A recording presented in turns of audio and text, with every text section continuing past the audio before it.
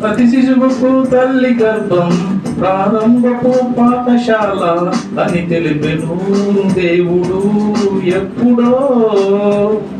యోహాను తల్లి గర్భమందు మరియ వందనం వినగానే దంతులేసెను గర్భంలో అప్పుడే.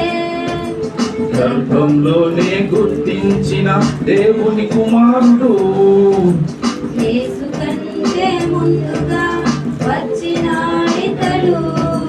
గర్భంలోనే గుర్తించిన దేవుని కుమారుడు యేసు కంటే ముందుగా వచ్చినాడితడు. లోకముతో పని ఎందుకు తనకు, దేవుని పనులే ముఖ్యం తనకు. క్రీస్తు సువార్తను స్థిరపరచుటకు పరలోకం కొరకు.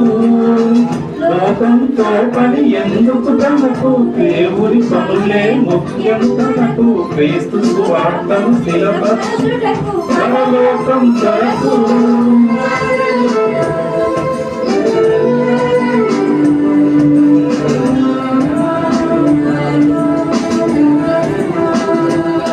ప్రతి శిశువుకు తల్లి గర్భం ప్రారంభపు పాఠశాల అని తెలిపెను దేవుడు ఎప్పుడో.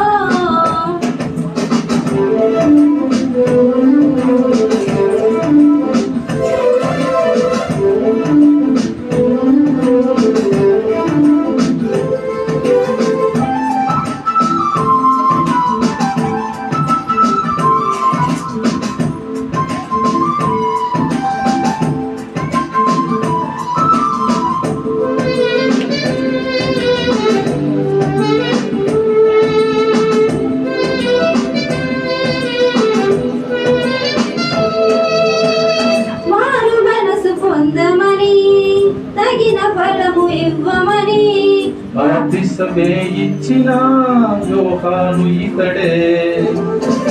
అరణ్యములో కేకలు వేయు యోహానొక శబ్దమని ముందుగా యేసయ్యా ప్రవశించిన వాడితడే.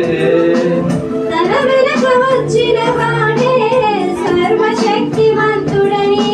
తన చెప్పుల పారను ఇప్పే అలకత తనకు లేదని.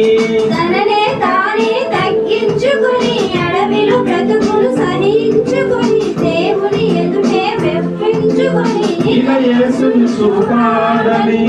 తననే తానే తగ్గించుకొని అడవిలో బ్రతుకులు సహించుకొని దేవుని ఎదుటే మెప్పించుకొని ఇలా యేసుని చూపాడని.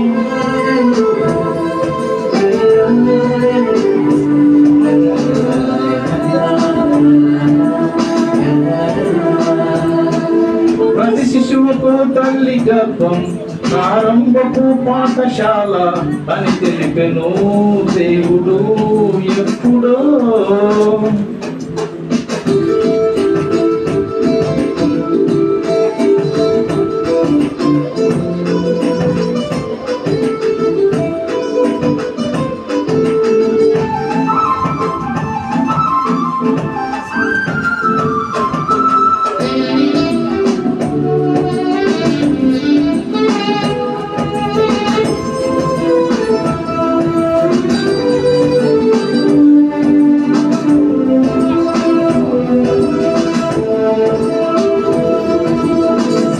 కనిన వారిలో గొప్పవాడు యోహానే.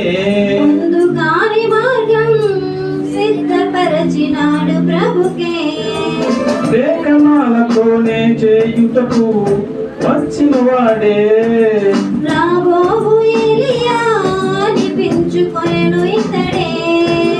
లోక పాపములను మోసే గొర్రె పిల్లనితడని ప్రభువు గూర్చి సాక్ష్యమిచ్చి శిష్యులను ప్రభుతో పంపి తండ్రుల హృదయము పిల్లల వైపుకు, పిల్లల హృదయము తండ్రుల వైపుకు, మనుషుల హృదయము దేవుని వైపుకు తిప్పెను చివరకు.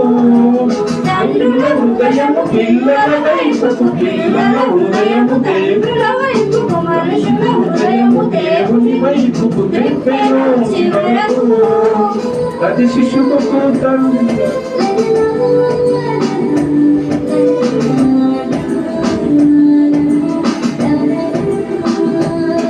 ప్రతి శిశువుకు తల్లి గర్భం ప్రారంభపు పాఠశాల అని తెలిపెను దేవుడు.